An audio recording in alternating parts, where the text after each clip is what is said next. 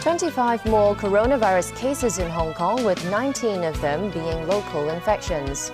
And the Democrat-led U.S. House of Representatives approves an additional $25 billion in funding for the U.S. Postal Service.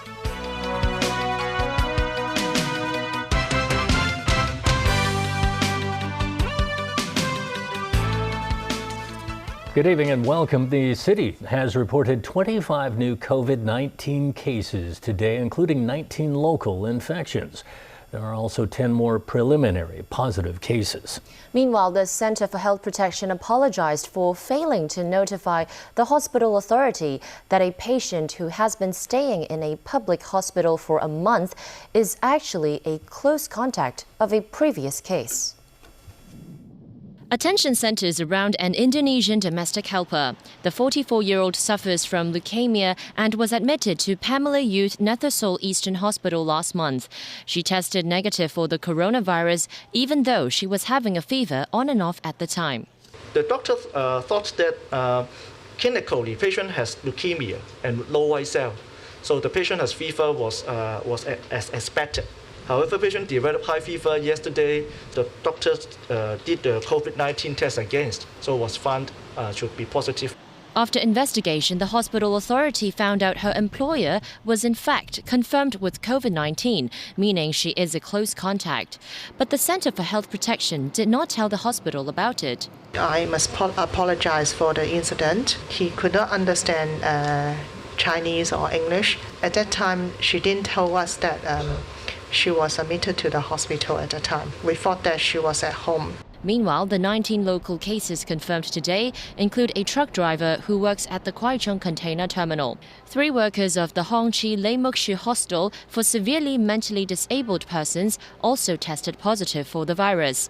The care home's 50 residents and staff members have been sent to quarantine. We understand because of the physical and mental condition of the residents, sometimes it's very difficult to ask them to wear the mask properly. That's why there's a chance of transmission in the care home. 6 imported cases reported today include a sailor and returnees from India.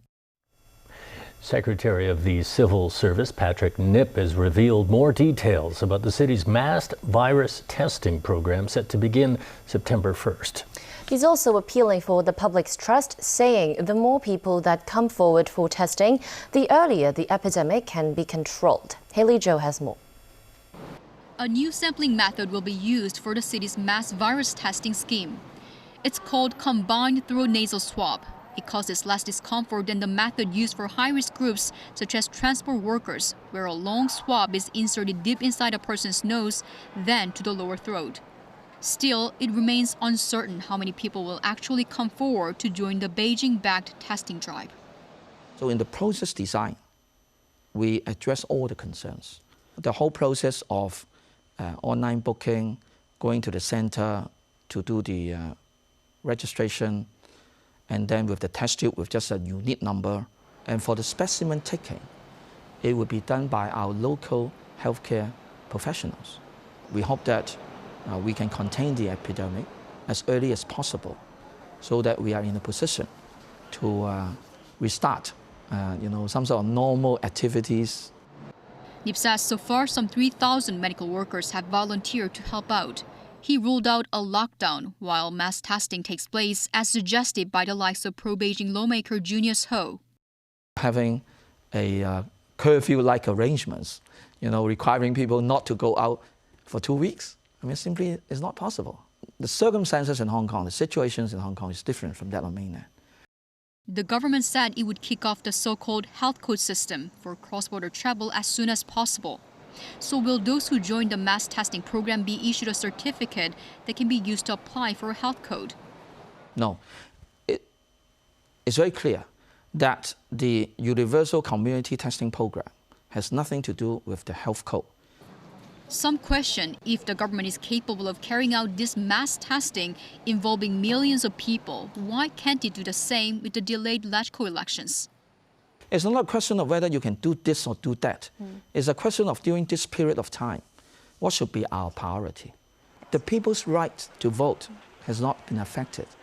We are saying postponing the legislative election. We are not cancelling the legislative election forever. Haley Zhou, TVB News. The Mainland has been giving experimental coronavirus vaccines to groups facing high infection risks since July. The 4 groups of people approved to receive the vaccine include frontline medical workers and civil servants. The move, approved by the State Council in June under the Vaccine Management Law, is to ensure a city can keep its normal functions during a health crisis. Currently, 3 vaccine candidates developed on the Mainland are undergoing phase 3 clinical trials. One of them is expected to be introduced to the market by the end of the year. South Korea added 397 new cases to its coronavirus caseload, marking the 10th day of triple-digit increases. The recent resurgence began in the dense capital area, which is home to half of the country's population of 51 million. The virus has spread from Seoul to practically every major city and provincial town the past week. Health workers have been struggling to trace contacts in churches, schools and restaurants. India's coronavirus case count topped 3 million after reporting 10,339 new cases and 912 deaths today.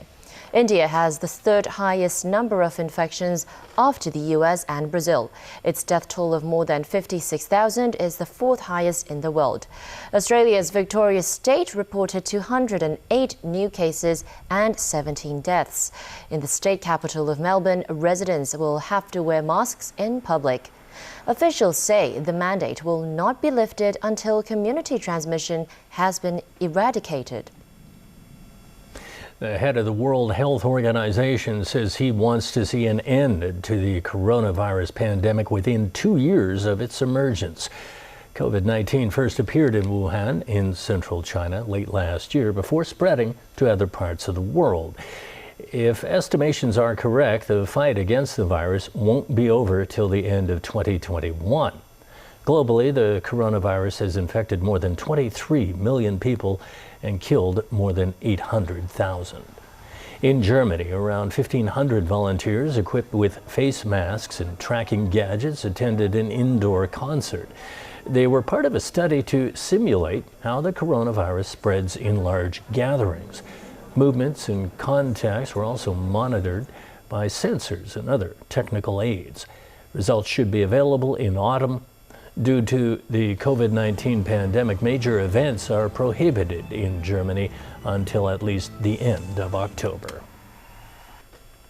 The Democratic-led U.S. House of Representatives has voted to provide the cash-strapped Postal Service with $25 billion. They also voted to block policy changes that have stirred concerns about mail-in balloting ahead of the November presidential election. Still, top Republicans insist the bill will not make it past the Senate. Do you hear that? That's our democracy crumbling. In a rare Saturday session during the August recess, heated debate by lawmakers over mail delays. The Postal Service will deliver the mail, but we have a Postmaster General who have come inside and tried to rip it apart from the inside. That is the reason we are here today. For phony political theater to once again bash President Trump. With mail-in voting expected to surge during the coronavirus pandemic, President Donald Trump has alarmed Democrats by repeatedly denouncing mail-in ballots as a possible source of fraud. Democrats accuse Trump of trying to discourage mail-in balloting to gain an advantage in the November election. The bill is passed. The Delivering for America Act would reverse recent changes in U.S. Postal Service operations and send $25 billion to shore up the agency. Trump had urged a no vote, railing against mail-in ballots expected to surge in the COVID-19 crisis. Don't pay any attention to what the president is saying, because it is all designed to suppress the vote. More than 24 House Republicans broke ranks to join Democrats in approving the bill, which the Trump administration dismissed as a stunt. The president's committed to making sure that our postal workers have the assets and the financial resources necessary to make sure that we have on-time deliveries. Postmaster General Louis DeJoy told a Senate committee on Friday the Postal Service would deliver ballots securely and on time in the election, but said bigger changes could come after that. The legislation moves on to the Republican-controlled Senate, where the majority leader has promised it will absolutely not pass. Still no word on the latest condition of gravely ill Kremlin critic Alexei Navalny. He was evacuated from the Siberian city of Omsk in an air ambulance yesterday and taken to a hospital in Berlin. The founder of the activist group that arranged the flight called Navalny's health condition very worrying, adding there was an obvious attack on his life. The hospital said in a statement it would provide an update on his condition once tests have been completed. The longtime opponent of President Vladimir Putin and campaigner against corruption collapsed after drinking tea. Supporters believe it was laced with poison. Russian medical staff said Navalny was in an induced coma and his life was not in immediate danger. Navalny has been a thorn in the Kremlin's side for more than a decade, exposing alleged high-level graft and mobilizing protesters. Still to come on tonight's news. Belarusian authorities block more than 15 news media websites reporting on weeks of anti-government protests. Taiwan marks the 62nd anniversary of the shelling of Kinmen, with Washington's de facto representative attending for the first time. And a mechanical fault leaves London's iconic Tower Bridge impassable for around an hour.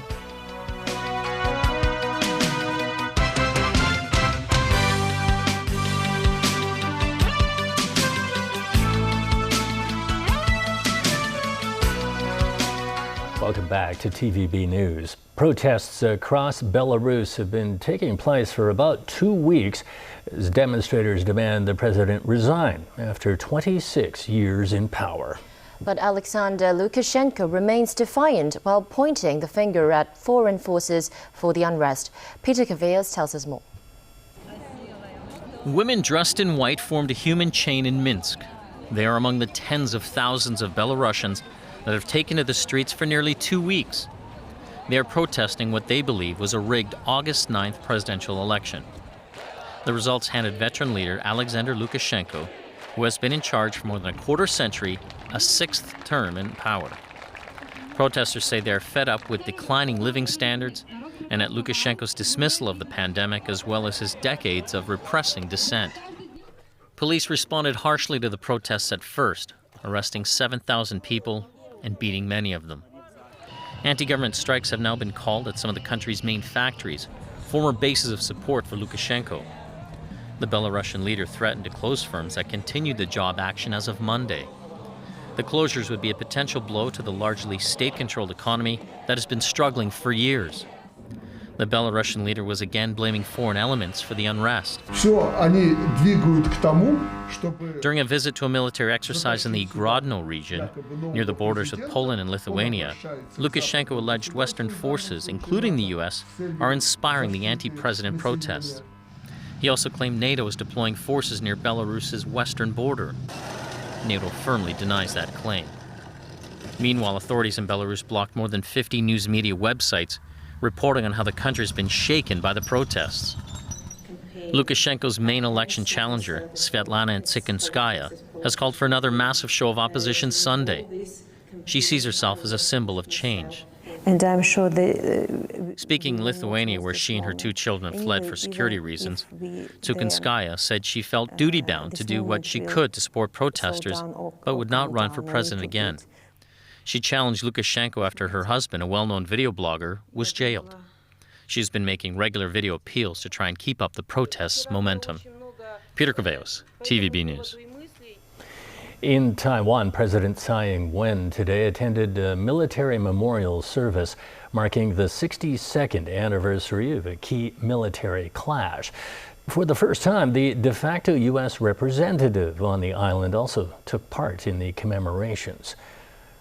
Tsai laid a wreath and bowed her head in respect during the ceremony in Kinmen Island, which sits a few kilometers from Xiamen. In August 1958, the People's Liberation Army began bombarding the area, seeking to force Taiwan fighters into submission.